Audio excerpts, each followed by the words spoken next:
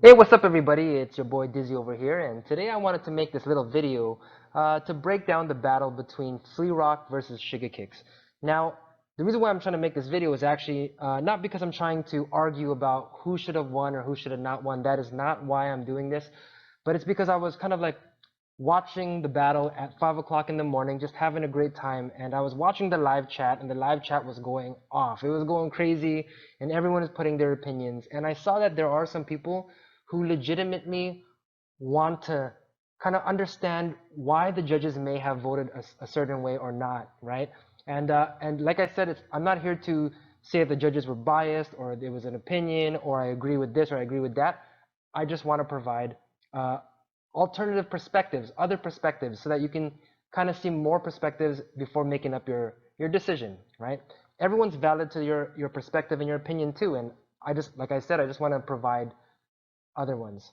Okay, so I was here awake in the morning and I was reading the comments and just looking at it after and just being like, wow. And some of the ones that really struck me are ones like this, like saying, man, Shigekix was robbed. Sure, Flea was entertaining because of his character, but that's it. This isn't a pageant, it's a battle. Red Bull Beastie 1 should get better judges next year. I was like, okay. And another one was, so now judges will make you win by doing more taunting? All those judges are incompetent. And another one that struck out to me was someone saying Flea didn't do anything technical, just clowning with basic moves. Shigekix definitely came in with more moves, not sure what the judges were judging, a talent show or battle. And so I think there's some kind of misconceptions about what a battle is, or what a battle used to be or supposed to be about. And a lot of people don't understand it from the cultural aspect. And it makes sense because if you didn't come up in it, or if someone didn't teach you about it, or if you weren't battling people on the streets, then you might not know these things. And so I just wanted to share the different perspectives.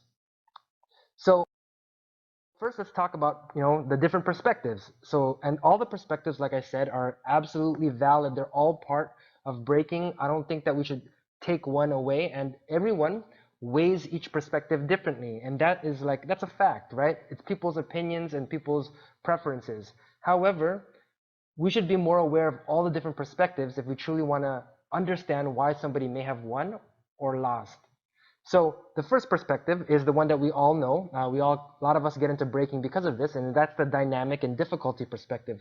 Who had the crazier moves? Who had the harder skills and all that kind of stuff? Of course, everything takes skills. Skills can be said in so many different ways, but I'm talking about the physical skills, right? And so obviously, from the dynamic and difficulty skill, uh, we would probably give that to Shigekix, right? Because he did have the crazier moves, the harder power tricks, and all that kind of stuff. So let's settle it right there. And another perspective, though, is more of a competitive perspective, a competition perspective that didn't really come until the early 2000s, which was the execution perspective or the perfection perspective about not making any mistakes, and that came from the judges wanting to like be impartial to the different types of approaches to the dance, whether you were a powerhead, a trick person, an abstract style, or a foundation b-boy. Judges were saying, hey, it doesn't matter what style you want to do as long as you execute. So the execution perspective is part of our dance and our game. I think sometimes there can be overemphasis in it, so a lot of b-boys may not want to take any risks. But with that said, Shigekix, in my opinion, probably would have won the execution perspective because Flearock did have one pretty big crash in it, right? So let's just say those two categories or those two approaches and perspectives of breaking would go, in my opinion, and I think to a lot of people could agree, it could go to Shigekix. Now, now the next perspective, I would say, is the originality perspective. It's about creativity, and a lot of b-boys they may have this kind of view where it doesn't matter what you do, but did you make it up? Did it come from you, or are you just copying all these other people, right? And so a lot of b-boys, including myself, uh, value this very much. Now, I'm at this place where I understand that not every b-boy is going to be super creative and super original, but I understand that for the few that do take this route, it is a hard road, but it is a valid perspective. Okay, so some of these judges that are up there, like Menno, look very heavily into the originality aspect of breaking. You know, are you being original? Are you using your own moves, your own signatures, or are you like, you know, like everybody else? You know, I'm not saying that Shigekix is like everybody else. I'm not saying that at all. But from an originality perspective, you know, an originality judge would try to gauge who he felt or who she felt was more original, right? Who won that, right? Now, the next perspective is a very b-boy perspective, which we call the foundation perspective, which is about the essence, the b-boy essence, the b-girl essence, and the music, like how you approach the music, like who was the better dancer doing it within the b-boy way, with the b-boy flavor, the confidence, the bravado, and all that kind of stuff, right? And so a lot of b-boys and b-girls, they look specifically for this, like how well of a dancer you are using the break-in style. Okay, so the foundation perspective. Now, I'm not even fully saying that, you know, Flearock won this. In my perspective, in my opinion, I probably would have given this to him. But in some ways, you can say that Shigekix did more footwork. You know, like he actually did do a lot more footwork in this battle because, you know, he's young, he's got a lot of energy, and he was throwing it out. He was very swift with it. And Flearock didn't even go down the footwork route in this battle at all, right? So I'm not gonna say so. This can kind of like be a matter of opinion, right? But definitely, Flearock had that b-boy essence to the highest degree. Okay, that bravado, the b-boy, the bad boy, the beat boy, the break boy. Okay, now the last perspective that I wanted to really discuss about and then watch the video with you guys to explain from another perspective is a perspective that actually is not as popular today as it was, you know, in the 90s or early 2000s when competitions weren't around and people were actually battling in the circles without any judges. And they had a way to judge that, to figure out who won and who lost. And I would call this kind of like the cipher perspective or the argument perspective.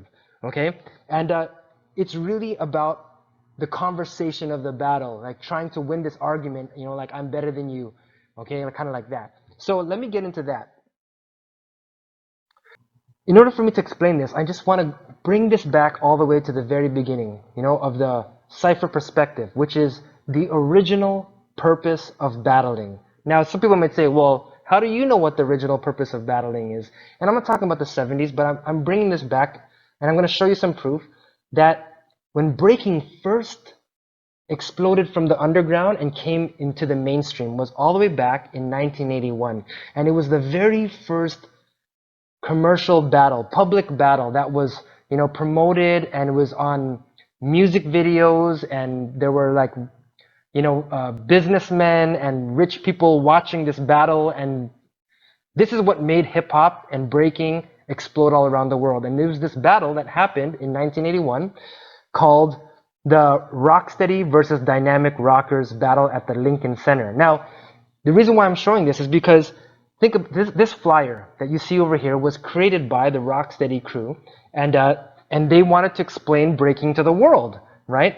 And so they actually write it here on this flyer, right? What battling, what breaking, what b-boying is about, okay? So if you zoom in on this, you're gonna see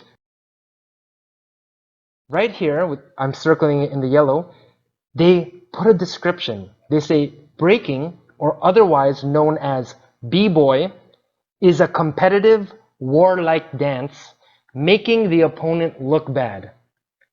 Now let me read that again. Is a competitive, warlike dance making the opponent look bad. Now they could have said anything. They could have said breaking is about who has the harder moves, who has the higher skills, who has the cooler this or cooler that. They could have said anything. But what they said in this battle between Dynamic Rockers and Rocksteady is that it's a war-like dance making the opponent look bad. So the question is now, how do you make your opponent look bad? How to make an opponent look bad? So I'm just going to break this down in the simplest terms possible. The most important thing that you want to do in a battle is just to humiliate your opponent. Just humiliate them and bust their ego. Okay? So if they're confident, you want to bust their ego so they lose their confidence. And that is what a lot of the original b-boys they judge based on that. It doesn't matter how big your skills are. It doesn't matter how original or even how great of a dancer you are. If you're crying at the end of the battle, or if you've lost any confidence whatsoever, you lose. And this is the original way. And so I know that things have changed and it's not always like this anymore. And some people are judging on just the technical aspect of it, but this is completely from a street aspect, a cultural aspect. Okay, and so how would someone do that in a battle? Humiliate and bust someone's ego? Well, with your moves or your approach, whether it's about originality or strength or power or balance or whatever it is, you're basically saying, that's easy. This is hard. Look how hard this is. You suck. You know, you're trying to get into the person's head with your moves. You know, you're not actually talking, but your personality, your body language, your moves, what you choose to throw down, it's saying something. And a lot of people don't know how to read into the conversation. So another thing somebody might be saying is, yo, I can do that too, but can you do this? Right? So it's like when you respond to somebody and you throw something back at them, maybe it's not to the level that they did it, but you're trying to respond and then you're trying to throw something back at them and say, yeah, I can do that, but can you do this? Okay? Another thing that can happen in a battle is, you know, if someone's coming up to you and saying, hey, you're not original, you're a biter, or yo, you can't even dance. Like, you make fun of them. You're dissing what the person is lacking. Okay? So this is something that somebody would use either with some kind of gestures or with some kind of or by what they choose to throw at somebody. Okay? Now, the last way to humiliate somebody or bust their ego is by, you know, throwing out disses, jokes, and taunts, like taunting someone, joking about somebody, dissing them, making them get flustered, aka this is what you call burns. Okay? So I totally understand that a lot of people may not understand the burn aspect, and so I just want to touch up on this just a little bit. So in order for you to understand the jokes and burns, you kind of have to have some kind of cultural context, and depending on what country you're from, if you're from another country that didn't watch, you know, Saturday morning cartoons, if you didn't watch old Western movies, you might not get certain things. You might not get why somebody did a certain movement, and it gets lost in translation, and I totally understand that, and it's not people's fault for not getting it. But for other people who do understand it, you know, or for a really good battler who's able to make people understand, even though they don't speak the same language, what they're trying to say and how they're trying to diss the other person, that really counts for a lot. That is a pretty huge skill too, right? It doesn't mean that it's more important than anything else, but it's an approach that can be effective in a battle to win from this perspective. So for example, you know, if you were like, you know, I know I look young, you know, but you know, I'm 42, so I've been, you know, I was born in the 70s, you know, 79, and but I always watch, everybody from my generation knows this, you know, if you watched a Western, you would see the two guns and they'd be shooting at someone's feet and saying, dance, dance, you know, dance monkey, and then you make the person dance by shooting at their feet. You know what I mean? It's just kind of like a funny thing that we saw when we were kids. So I'm going to show you a very quick little video so you can see what it looked like back in the day. Dance!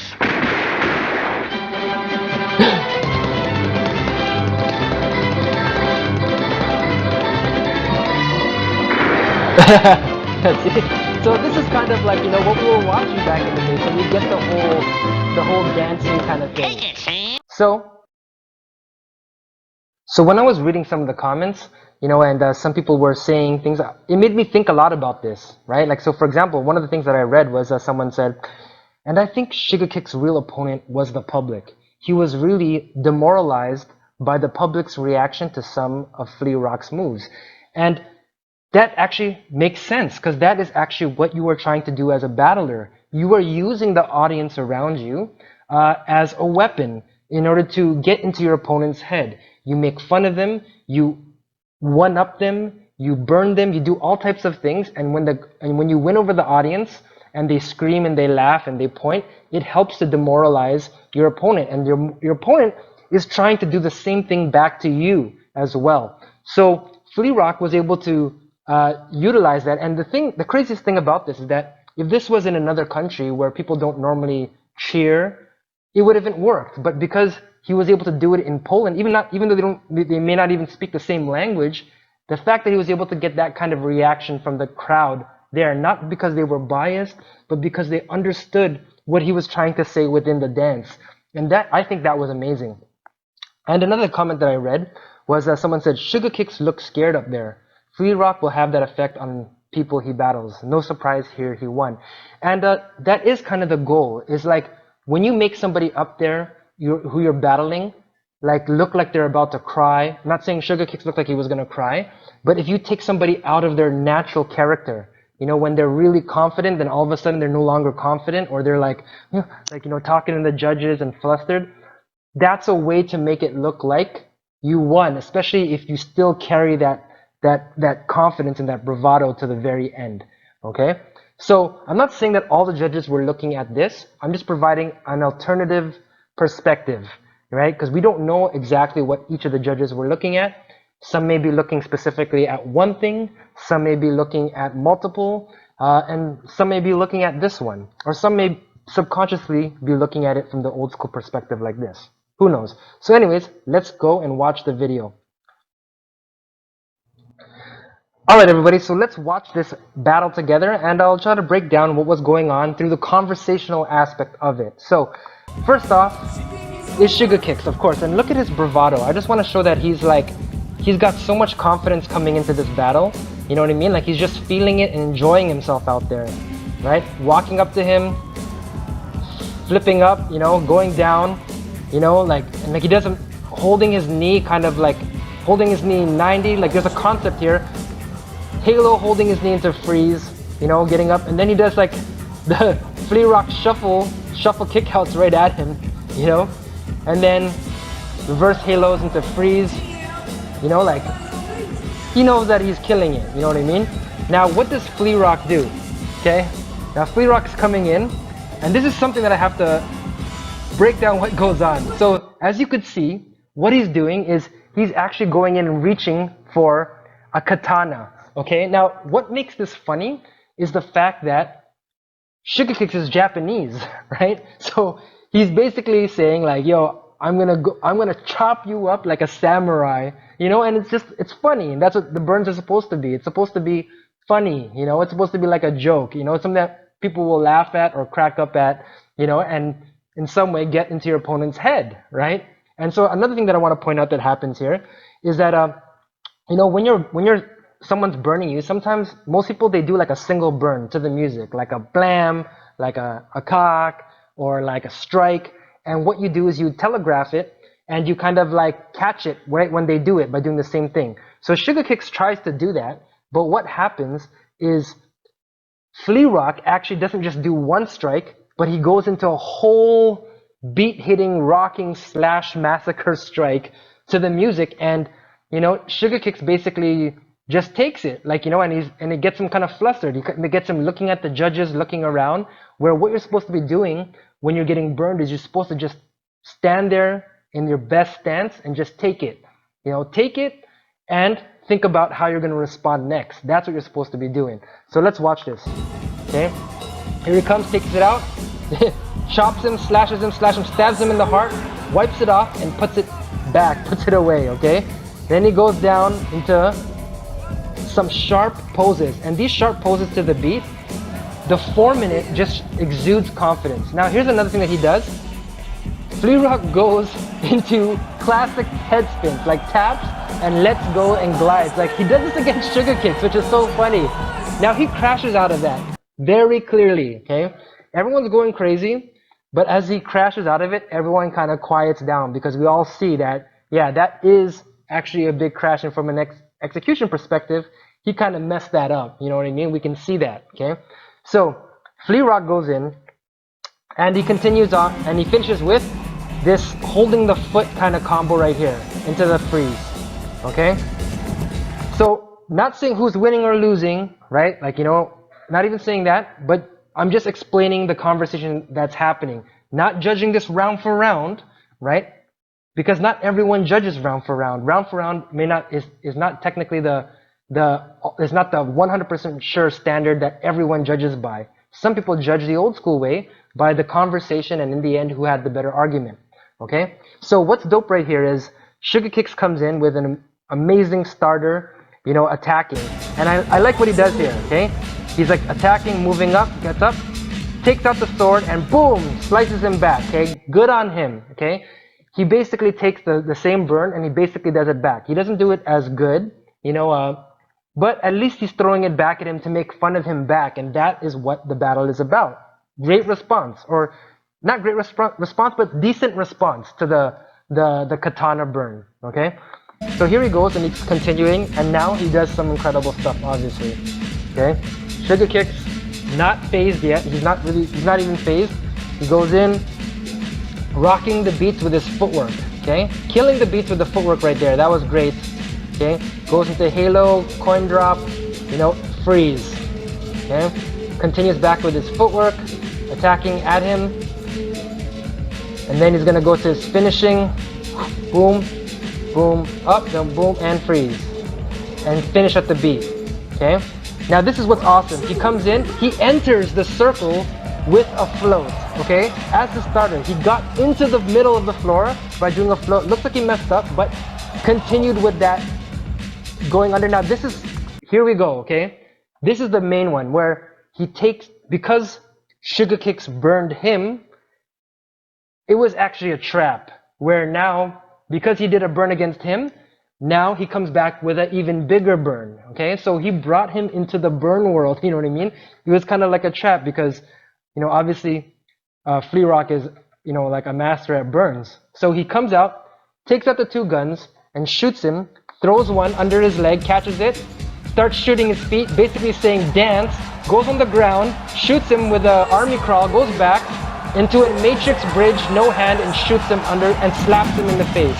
Okay, that was amazing. And the fact that he was able to get the crowd to understand what he was doing, and the way that, and it wasn't just one move, just wasn't one burn, but it told a story. It was a double gun burn, you know, but in the context of the breaking formula. He did the tops while shooting. He did floor work by crawling, doing the army crawl on his arms forward and back like a pattern, right, while shooting.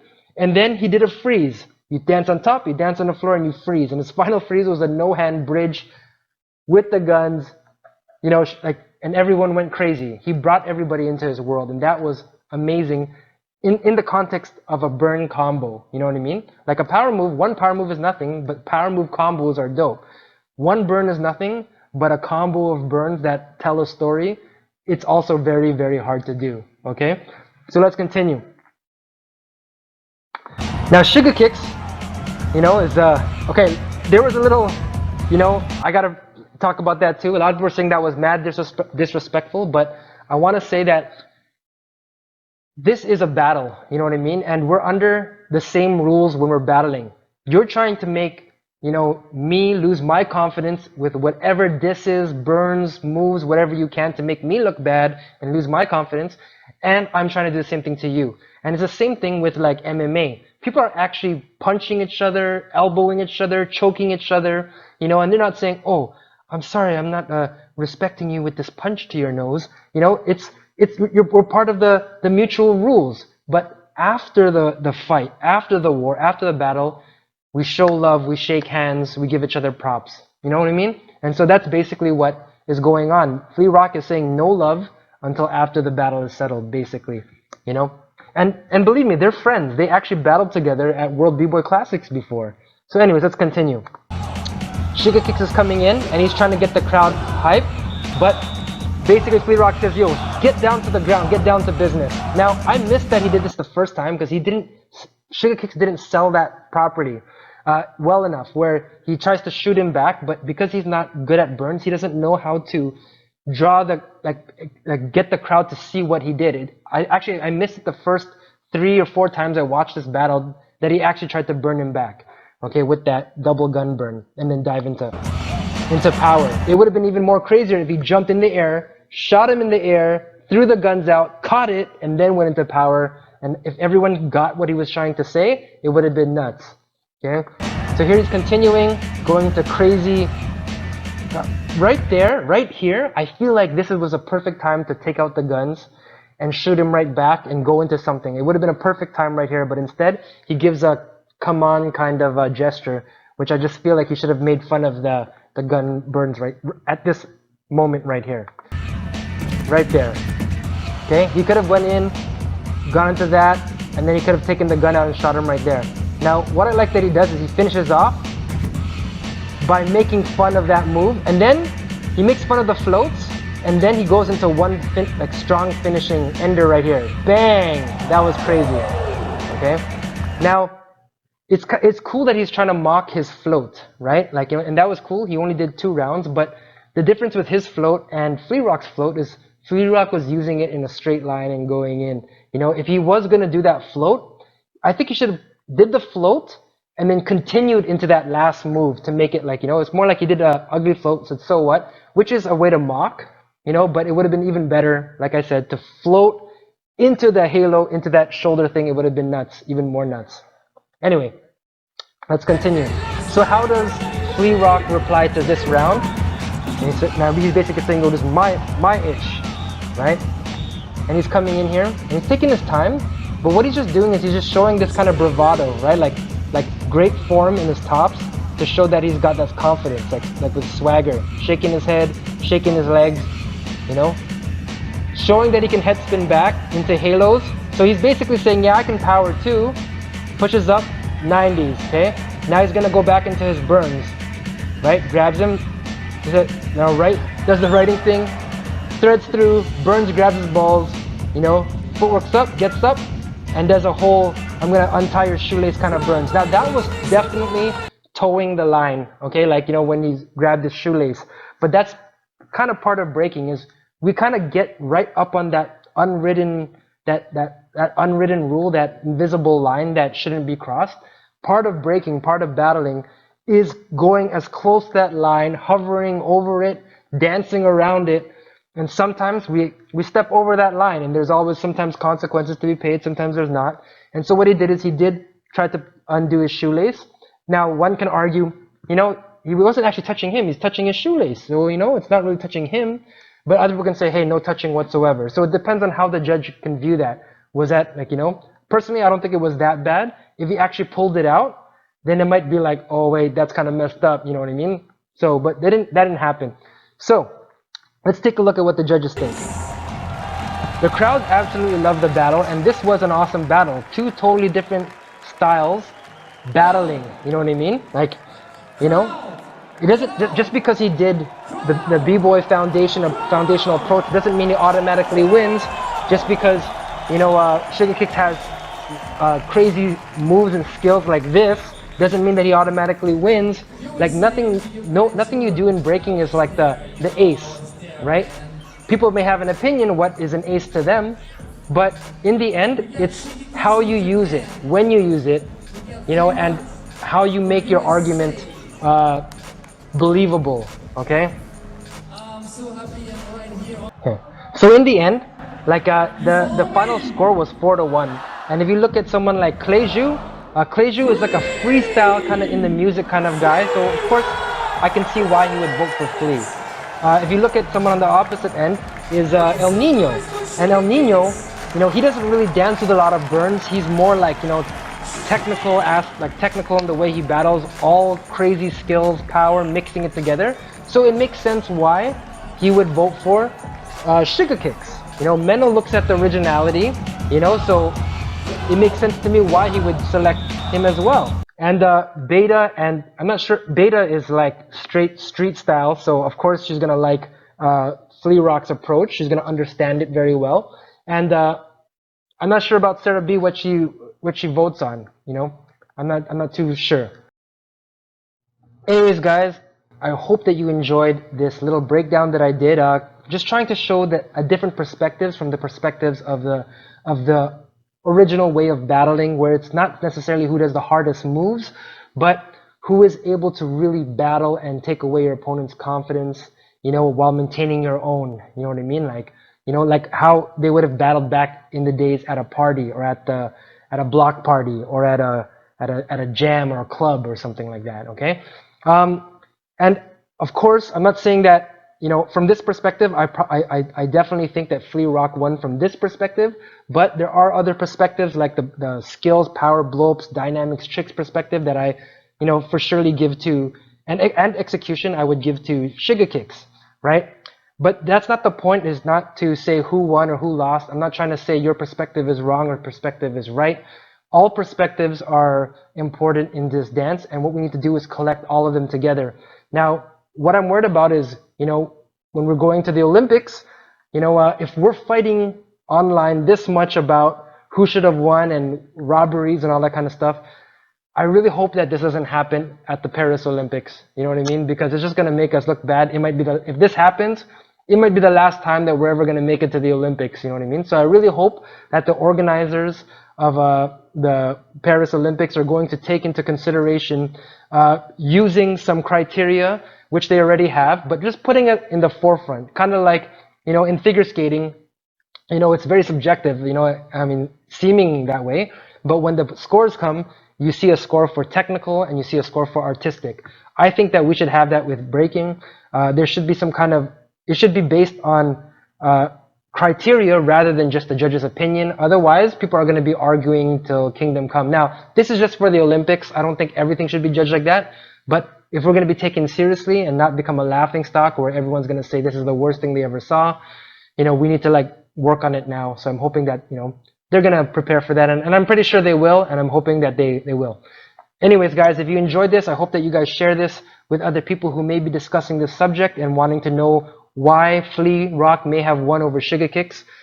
Please do share this. And I just wanted to shout out all my Patreons, that people who are supporting me. Thank you so much, guys. And I'll see you at the next one. Please give it a thumbs up and leave a comment. Peace.